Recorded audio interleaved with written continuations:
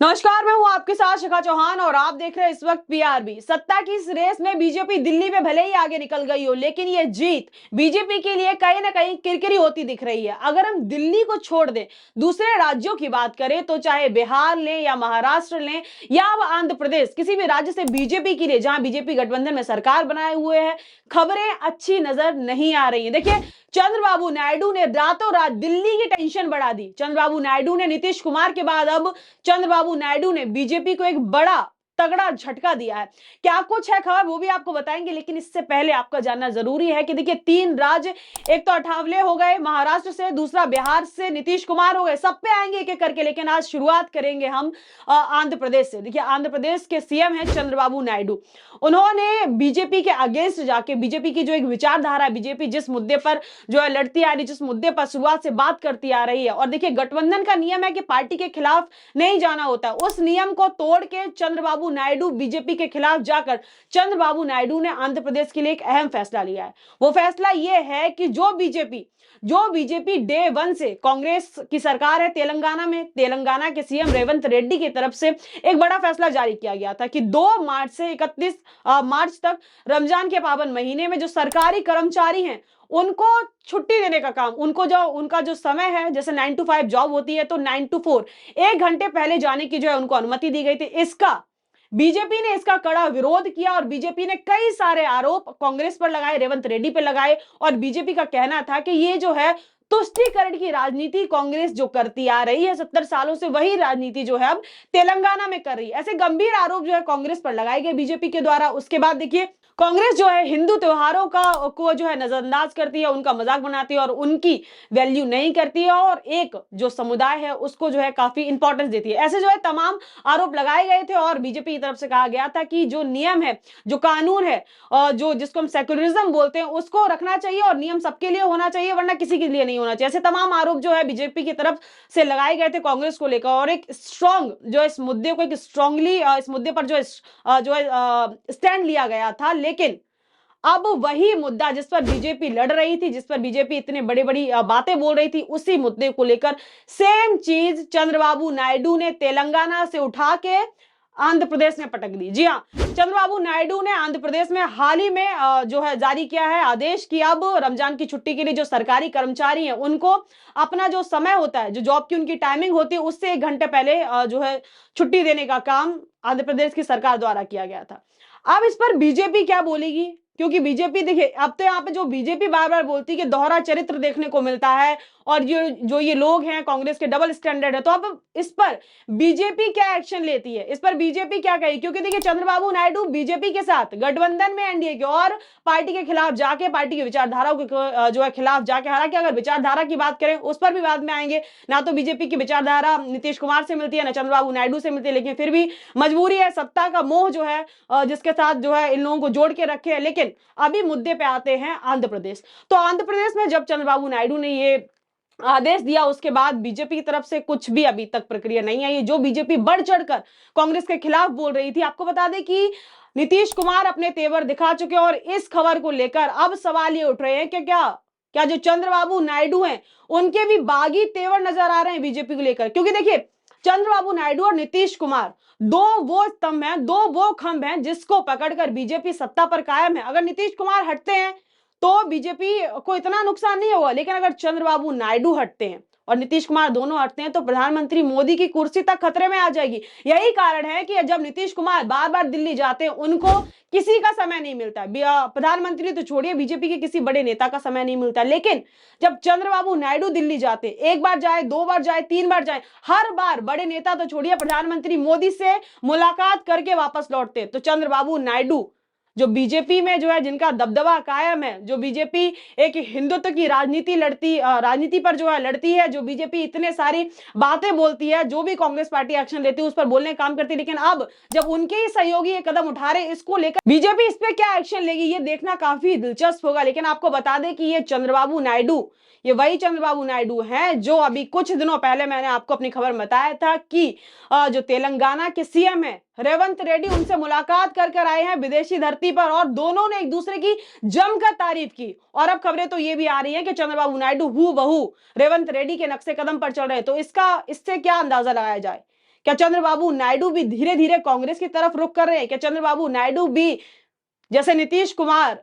कुछ कह नहीं रहे लेकिन स्टेप ऐसे ले रहे हैं कि देख साफ साफ दिख रहा है कि बीजेपी से खिसकते नजर आ रहे हैं? तो क्या चंद्रबाबू नायडू भी बीजेपी को टेंट्रम दिखा रहे हैं? क्या चंद्रबाबू नायडू भी बीजेपी के विचारधारा, बीजेपी के अगेंस्ट जाकर जो फैसले ले रहे हैं वो बीजेपी के लिए आने वाले समय में जो है क्या कुछ रंग लाएंगे, वो देखना दिलचस्प होगा। अब यहाँ पे चंद्रबाबू नायडू की बात हो गई, अब बात करते हैं नीतीश कुमार की। देखिए चंद्रबाबू नायडू का बगावती तेवर आपको मैंने बताया कैसे जो उन्होंने फैसला लिया वो दिख रहा है। अब नीतीश कुमार, जो कि नीतीश कुमार ने एनडीए ने एक रैली आयोजित कराई थी जो कुर्मी समाज से को संबोधित करती थी, उसका न्योता जब नीतीश कुमार को दिया गया तो नीतीश कुमार ने बीजेपी का वो न्योता ठुकरा दिया। जबकि आपको पता होगा कि नीतीश कुमार जो है खुद कुर्मी समाज से आते हैं और उनका एक स्ट्रॉन्ग वोट बैंक बिहार में कुर्मी समाज है, उसके बावजूद भी नीतीश कुमार उस रैली में नहीं जाते।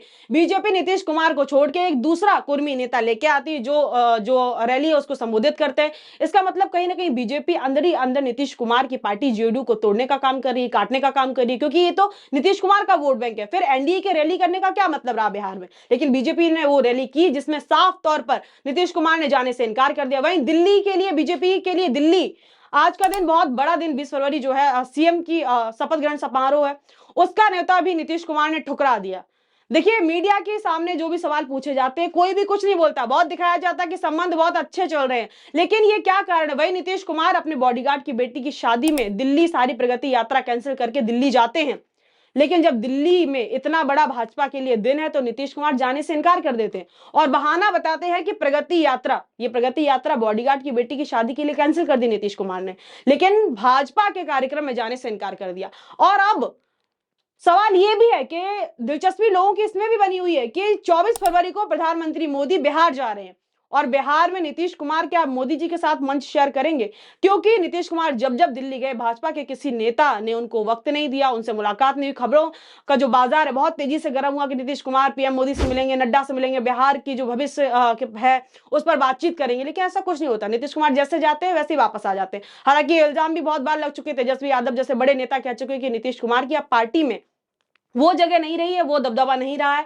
कहीं ना कहीं नाम के लिए जो है जेडीयू के राष्ट्रीय अध्यक्ष रह रहे हैं नीतीश कुमार, बाकी जो पार्टी के आलकमान है वो बीजेपी के कुछ चुनिंदा नेता हैं वो संभाल रहे हैं। तो नीतीश कुमार आए दिन जो है जैसा बीजेपी की तरफ से एक्शन होता है नीतीश कुमार अपना रिएक्शन देते हैं, भले ही वो मीडिया के सामने किसी भी सवाल का जवाब नहीं देते, लेकिन उनके रिएक्शन से साफ साफ पता चल रहा है कि नीतीश कुमार बीजेपी से जो है फिटकते नजर आ रहे हैं। क्योंकि देखिए नीतीश कुमार की अगर विचारधारा की बात करें तो नीतीश कुमार की विचारधारा बीजेपी की विचारधारा से बिल्कुल मेल नहीं खाती। बीजेपी जो है स्ट्रॉन्ग हिंदुत्व की राजनीति करती है, वही नीतीश कुमार जो है सेकुलरिज्म को फॉलो करते हैं। वहीं यहाँ पे चंद्रबाबू नायडू के साथ भी सेम चीज है, जो चंद्रबाबू नायडू की विचारधारा वो भी बीजेपी की विचारधाराओं से मेल नहीं खाती। तो चंद्रबाबू नायडू, नीतीश कुमार और महाराष्ट्र में देखिए, अब आते हैं महाराष्ट्र पे। महाराष्ट्र में देखिए कोई छोटे मोटे नेता नहीं है, नायडू होगा, नीतीश होगा, और महाराष्ट्र में रामदास अठावले ने पहली बार जो है पार्टी के अगेंस्ट जाके एक स्टेटमेंट दिया। जो महाराष्ट्र सरकार है उसके आदेश, उसके कानून का विरोध किया। रामदास अठावले ने कहा कि जो अंतरधार्मिक विवाह है इनको लव जिहाद का नाम ना दिया जाए।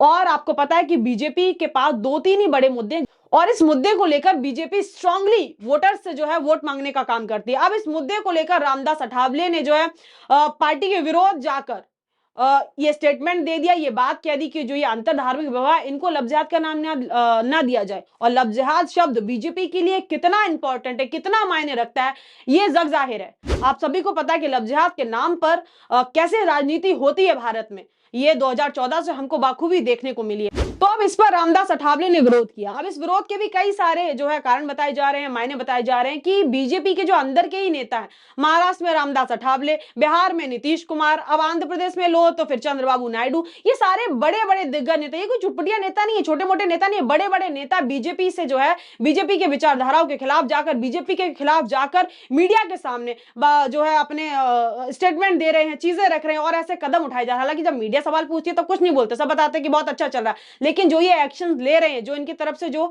चीजें की जा रही है, उनसे साफ साफ जाहिर हो रहा है कि बीजेपी और बीजेपी के साथ जो गठबंधन में पार्टी है उनके बीच सब कुछ जो है ठीक नहीं चल रहा है। बीजेपी की जो बीच पार्टी है उनकी कहीं ना कहीं मजबूरी है।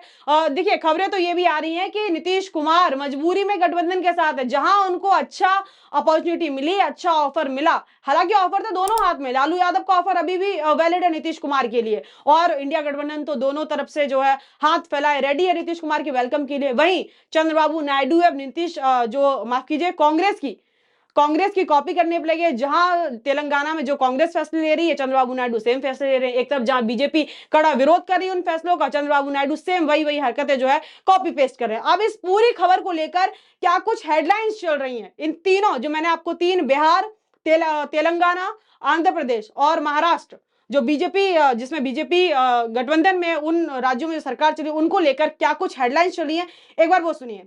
तेलंगाना में जिस फैसले पर मचा बवाल, अब उसी राह पर चले चंद्रबाबू नायडू, बढ़ा दी बीजेपी की टेंशन। दूसरा देखिए, तेलंगाना के बाद नायडू सरकार का बड़ा फैसला, रमजान में मुस्लिम कर्मचारियों को मिलेगी छूट।